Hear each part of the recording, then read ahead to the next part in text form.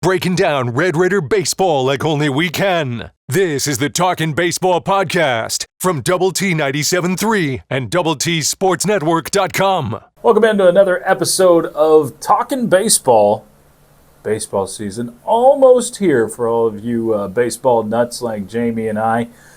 He is Jamie Lent. I'm Chois Woodman. It's brought to you by our friends at Andrews Brothers, as usual, and quite a bit to squeeze in today, Jamie. As we teased in the last episode, a preseason poll has arrived for the Big 12 Conference. That comes with all Big 12 honors as well, and we'll dive into some pitching, which I think has a lot of attention from Red Raider fans because of your struggles there last year. So we'll get to all of that today, but let's start with that preseason poll. You gave at the end of the last episode your top 5 Big 12 teams in no particular order, and that happens to be the top 5 in the preseason poll as well. Oklahoma State opens as the favorite with 9 first-place votes. Arizona came in at number 2 with 4 first-place votes. The only other team with a first-place vote was TCU. They got 1 and were ranked 3. West Virginia ever so slightly ahead of Texas Tech in the 4th spot, and the Red Raiders at 5th. Wrapping it out, Arizona State, UCF, Kansas State, Kansas, Cincinnati, Houston, Utah, Baylor, and BYU in the final spot. Anything that jumped out about the poll to you? Nothing that I feel like was a big surprise. Maybe a little bit that Kansas was way down in the number 9 spot. Yeah.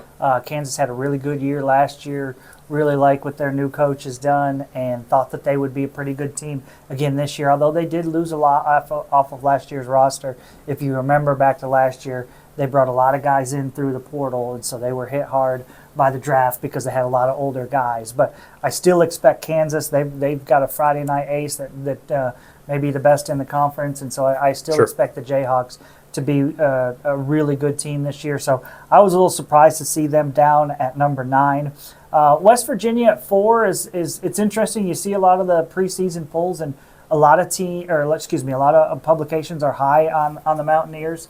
Maybe not quite as high. New coach there, Randy Mazey, retired after last season. Mm-hmm. They lose J.J. Weatherhold, but they still had a lot of good offensive players last year. Right. And so I think that's a bit of a question mark there at 4. But I'll be honest with you, I think the Red Raiders are a question mark, and what I mean by that is because you finished where you finished last year. You were 12-17 in conference play a season ago, and so you don't really know. I mean, I think for those of us that have seen this year's version of the Red Raiders in fall ball, and now as we get going here in the spring, I think we have really high hopes. You bring back a lot of really talented offensive players, and then you've added so many good arms to the mix that it feels like you're going to be back where you have been in the past, and that's competing for Big 12 championships and getting to the postseason and all that good stuff. But you don't know until you see them actually get out there and play the games that count. So it's fun because it's a new conference, and there are a lot of teams that we've seen, but there are a few teams that we haven't seen that much of. And the teams that you're bringing in, Arizona, picked to finish second. Multiple College World Series titles, been to Omaha a bunch. You understand that's a great program. Same thing could be said for Arizona State as well. Sure. Although they haven't been as great of late. Man, seeing them last year, that was an impressive offensive unit, and they bring back a lot of those guys. So I think Arizona State, who was picked right behind the Red Raiders at 6th, I think that's going to be a really good team too. And Utah, the other newcomer, we've talked about this a little bit, Choice, but that's a program that had their second best season ever last year. There's momentum with that program. I think getting to the Big 12 Conference maybe helps them. So they'll be a fun team to see how they develop as well. Made it in the top 25 poll for the first time ever. Last year. Last year. So it's going to be an interesting watch. I guess when you look at this, biggest chance to fall from the upper group and biggest chance to rise from the bottom group. Okay, I'll take 2 that I already mentioned. I think Kansas has a chance to rise from that 9 spot. I wouldn't be shocked if Utah, who was at 12, didn't end up somewhere around 8 or 9, maybe like in that area. And then I guess West Virginia to drop off a little bit. Okay. UCF is another one at 7 that I feel like lost a ton from last year's team. A lot of age for sure. Yes. That was an old team. So UCF will be another interesting one. Okay. So and then we look towards Big 12 preseason poll comes out, but of course that comes with an all Big 12 team. Now, kind of like we talked with football, you look and there's only one Red Raider there, and we're so used to seeing it littered with Red Raiders. But like we talked with football, there's so many teams and just so few spots. Just because you have one spot doesn't mean you don't have a good team overall. And you obviously, it's preseason, you have opportunity to put more in. But Damian Bravo, the lone representative, and I believe voted in as an outfielder. Right. And so we've talked about Damian possibly playing second base in case you were not at any of the scrimmages this past weekend. He played infield at times and he played outfield at times. And so I think there's a chance that he's a really good chance that he's going to be playing a little bit of both this season, as well as Coach Tadlock tries to figure things out with the lineup and put the hottest hitters out there on the field. But Bravo is, a guy last year, 378, led the conference in average, was a powerful home run hitter his first year, but only had 4 last year. So I would imagine those home run numbers go up a little bit. He also homered over the weekend in the scrimmages. I imagine those long ball numbers will go up, but he's going to be a key guy for this team no matter where he's playing and no matter where Coach Tadlock decides to put him in the lineup. I would guess it would be somewhere 3, 4, 5, somewhere in that spot. So who is the Red Raider that's not on that list that you think has the best opportunity to be on that list at the end of the season? I think most people would jump up and say T.J. Pompey just because of his bat and how the potential. I mean, he was third-team All-American by perfect game. I'm going to go with a different guy. I'm going to go with Dylan Maxey. Okay. I love what we've seen from Dylan Maxey over the first 2 years. In his career, he's hitting over 330 in 2 years as a Red Raider. And how about this choice? For 2 years, he's played behind other guys, and he didn't transfer out. I was just thinking the same thing. He's waited his turn. Who does that? And Dylan Maxey, who is a terrific high school player, was the Houston area Offensive Player of the Year his senior year in high school, and has done nothing but hit when he's been in there for the Red Raiders, when he's been given his chance. Is going to get to play every day, or almost every day.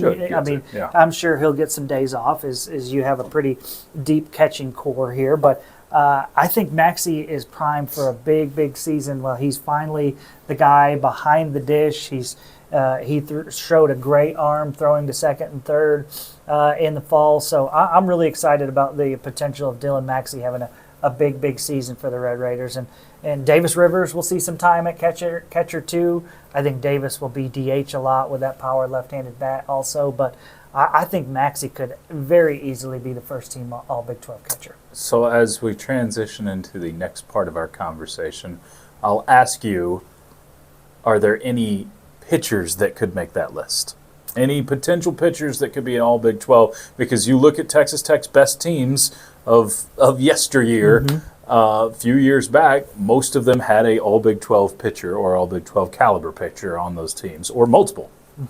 Yeah, first guy I would go to when it comes to pitching is a guy who's back from his freshman year a season ago, and Parker Hutera. Okay. Parker was lights out early on in the season. It really felt like towards the end of the year he just ran out of gas. I think because of you didn't have as many options in that bullpen. Maybe he got a little bit overused and maybe was a little bit tired towards the end of the year. But with the amount of quality arms you have now, I think Parker has a chance to be a guy that you see used a couple times a weekend and in short stints, but be a huge factor for the Red Raiders. And so, another year under his belt, another year getting stronger.